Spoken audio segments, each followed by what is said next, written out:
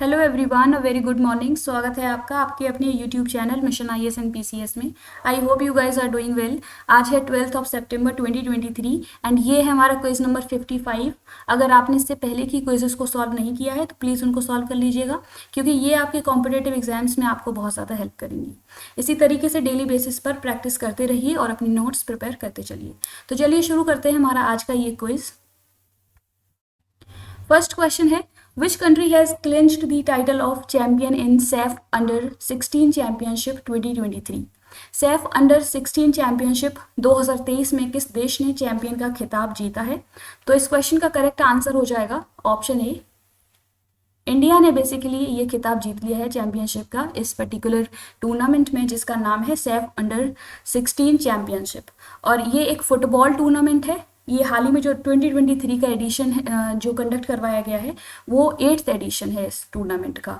तो ये एडिशन भी आपको पता होना चाहिए। फुटबॉल टूर्नामेंट है तो ये भी पता होना चाहिए। इफ़ वी टॉक अबाउट कि वेन्यू कहाँ है, कहाँ पर इसको कंडक्ट करवाया गया, तो इसको थिम्पू, जो कि भूटान की कैपिटल है, वहाँ पर इसको कंडक्ट करवाया गया 2 से 11 सितंबर के बीच में। रनर अप जो कंट्री है दैट इज़ बांग्लादेश, और जो विनर है वो है इंडिया।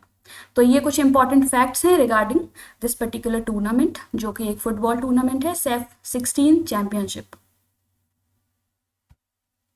अगला क्वेश्चन है, submarine number 841 has been in use launched by which country? किस देश द्वारा लॉन्च की गई पनडुब्बी नंबर 841 खबरों में रही है? तो ये क्वेश्चन, इसका जो करेक्ट आंसर है दैट इज ऑप्शन डी, यानी कि ये जो सबमरीन है ये एक न्यूक्लियर अटैक सबमरीन है, जिसको नॉर्थ कोरिया ने हाल ही में लॉन्च किया है, इसलिए ये चर्चा में है। तो आपको पता होना चाहिए। इस तरीके से टर्मिनोलॉजी बेस्ड क्वेश्चंस जो हैं वो यूपीएससी में अक्सर पूछे जाते हैं, तो आपको एक आइडिया होना चाहिए। नॉर्थ कोरिया ने हाल ही में एक जो न्यूक्लियर अटैक सबमरीन है जिसका नाम 841 है, इसको लॉन्च कर दिया है, और इसको असाइन किया गया है जो कोरियन पेनिनसुला और जापान के बीच में जो वाटर बॉडीज़ हैं, वाटर बॉडी है, वहाँ पर इसके द्वारा ballistic missiles and cruise missiles दोनों को ही कैरी ऑन किया जा सकता है। अगर हम बात करें नॉर्थ कोरिया की, तो ये एक ईस्ट एशिया की कंट्री है एंड इसकी कैपिटल है प्योंगयांग, तो कैपिटल भी आपको पता होनी चाहिए। एंड करेंसी है नॉर्थ कोरिया की नॉर्थ कोरिया वॉन।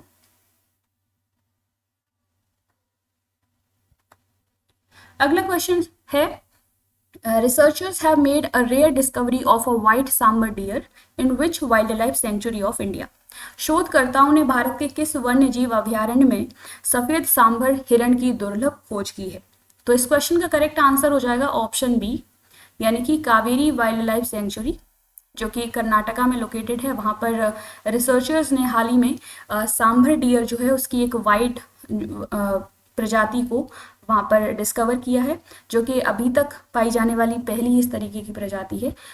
तो इसमें ये बताया गया है कि एक ल्यूसिज्म एक कंडीशन होती है जिसकी वजह से ये वाइट कलर है, ये सांबर डियर का। ल्यूसिज्म क्या होता है? ल्यूसिज्म जो है एक जेनेटिक कंडीशन होती है जो कि एनिमल के स्किन की पिगमेंटेशन को अफेक्ट करता है। तो इसकी वजह से ये जो सांबर डियर की वाइट स्किन है, इसकी वजह से ये हुई है। तो आपको पता होना चाहिए वाइट सांबर डियर के बारे में और इसको कहाँ पर डिस्कवर किया गया है। तो इसको डिस्कवर किया गया है कावेरी वाइल्ड लाइफ सेंचुरी में, जो कि कर्नाटका में लोकेटेड है। अगर हम बात करें कावेरी वाइल्ड लाइफ सेंचुरी की, तो ये कर्नाटका के 3 डिस्ट्रिक्ट्स में फैली हुई है। इसका जो स्पैन है, इसका जो एरिया है वो 3 डिस्ट्रिक्ट्स में है।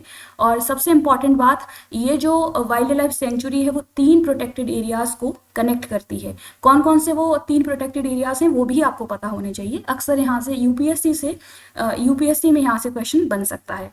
तो वो हैं protected areas Bannerghatta national park, and second Biligiri Rangaswamy temple tiger reserve, and third है Mahadeshwara hills wildlife sanctuary, जो कि साउथ में लोकेटेड है। तो ये आपको नाम बिल्कुल पता होने चाहिए, लर्न होने चाहिए, क्योंकि यहाँ से ही क्वेश्चंस पूछे जाते हैं।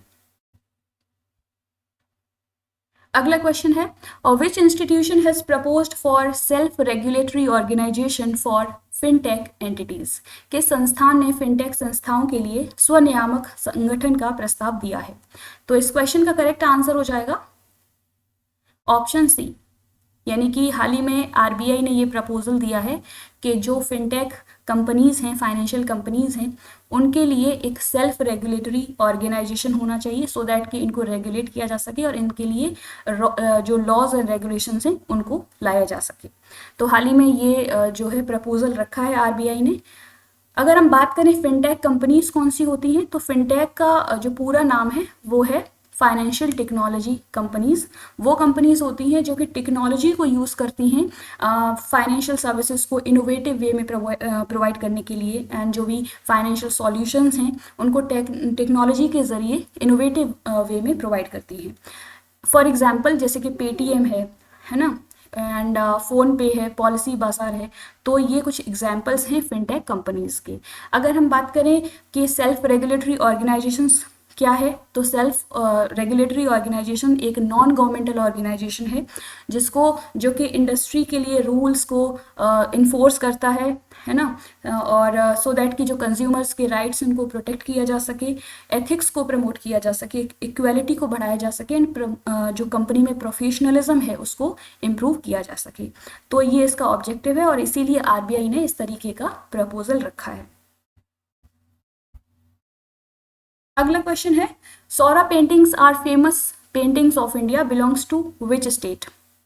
सौरा पेंटिंग भारत की प्रसिद्ध पेंटिंग है, किस राज्य से संबंधित है। तो इस क्वेश्चन का करेक्ट आंसर हो जाएगा ऑप्शन ए, यानी कि जो सौरा पेंटिंग्स हैं वो उड़ीसा की फेमस पेंटिंग्स हैं, एंड ये इनकी डिस्टिंक्ट स्टाइल के लिए बहुत ज़्यादा फेमस हैं, जानी जाती हैं। इसको मैंने यहाँ पर इसलिए लिया है क्योंकि हाल ही में ये चर्चा में है, क्योंकि जो G20 की समिट हुई वहाँ पर एक एग्जीबिशन के ज़रिए इस पर्टिकुलर पेंटिंग को शोकेस किया गया, तो वहीं से इसको लिया गया है। तो आपको एक आइडिया होना चाहिए कि सौरा पेंटिंग कहाँ से बिलोंग करती है, कौन सी स्टेट की पेंटिंग है।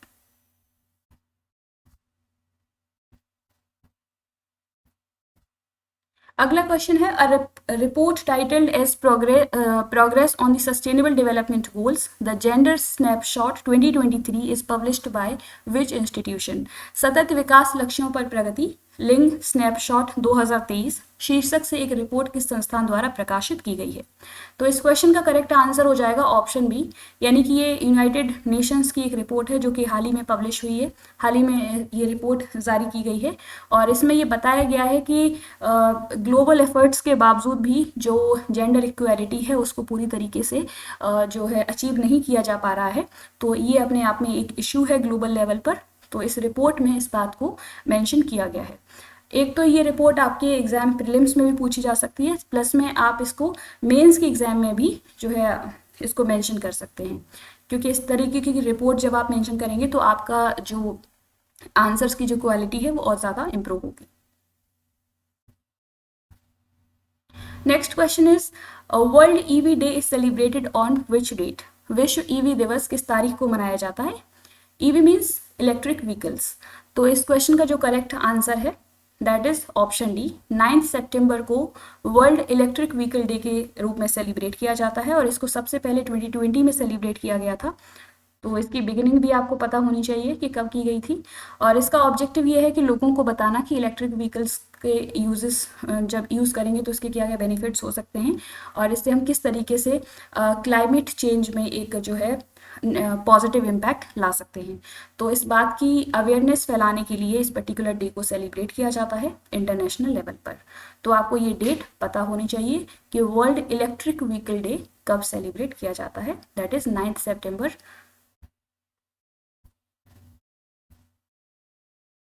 Next question is, NSDC did partnership with which institution to promote skill development in India? NSDC ने भारत में कौशल विकास को बढ़ावा देने के लिए किस संस्था के साथ साझेदारी की। तो इस क्वेश्चन का करेक्ट आंसर हो जाएगा ऑप्शन सी, यानी कि जो Indian institute of management Indore है उसके साथ ये NSDC ने बेसिकली पार्टनरशिप की है, सो दैट कि इंडिया में जो स्किल डेवलपमेंट है उसको प्रमोट किया जा सके और एंटरप्रेन्योरशिप को प्रमोट किया जा सके।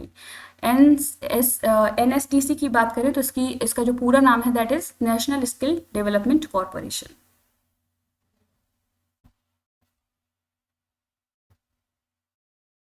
तो ये इंस्टीट्यूट आपको पता होना चाहिए, IIT इंदौर के साथ बेसिकली पार्टनरशिप की है NSDC ने। कल की क्लास में आप लोगों से कुछ क्वेश्चंस को पूछा था, उनके करेक्ट आंसर्स हैं। फर्स्ट क्वेश्चन है, who is the winner of Miss International India 2023? Correct answer Praveena Anjana. And second question, international day of clean air for blue skies is celebrated on which date? 7th September. Third question, which country has rejoined European Union's Horizon Science Research Program? Correct answer, United Kingdom. And fourth question, Hello UPI and Bharat Bill Pay Connect are initiatives of which institution? तो इसका correct answer हो जाएगा national payments corporation of India. उम्मीद करती हूँ कि आपने इन सभी क्वेश्चंस को सॉल्व किया होगा। आज के लिए आप लोगों के लिए रिवीजन क्वेश्चंस हैं। India's first underground water power transformer is installed in which city? Second question, 37th National Games 2023 will be held in which state? Third question, who is the author of the book Fire on the Ganges, Life Among the Dead in Banaras? Fourth question, during 20th ASEAN India Summit 2023, Indian PM announced to open its embassy in which country? तो ये revision questions हैं। क्योंकि हम इन सभी questions को discuss कर चुके हैं तो उम्मीद करती हूँ कि आप इन सभी क्वेश्चंस के आंसर्स दे पाएंगे। तो प्लीज़ इनके आंसर्स कमेंट बॉक्स में ज़रूर दीजिएगा। तो आज के वीडियो में इतना ही। होपफुली आपको ये वीडियो पसंद आई होगी। अगर आपको हमारा ये इनिशिएटिव पसंद आता है तो प्लीज़ इसको सपोर्ट कीजिए, लाइक कीजिए, शेयर कीजिए एंड सब्सक्राइब कीजिए हमारा channel mission IAS MPCS। And current affairs से रिलेटेड डेली अपडेट्स को लेने के लिए जुड़े रहिए हमारे इस चैनल से। एंड इसी तरीके से कीप लर्निंग, कीप प्रैक्टिसिंग। आज के लिए इतना ही। Thank you, take care, bye bye.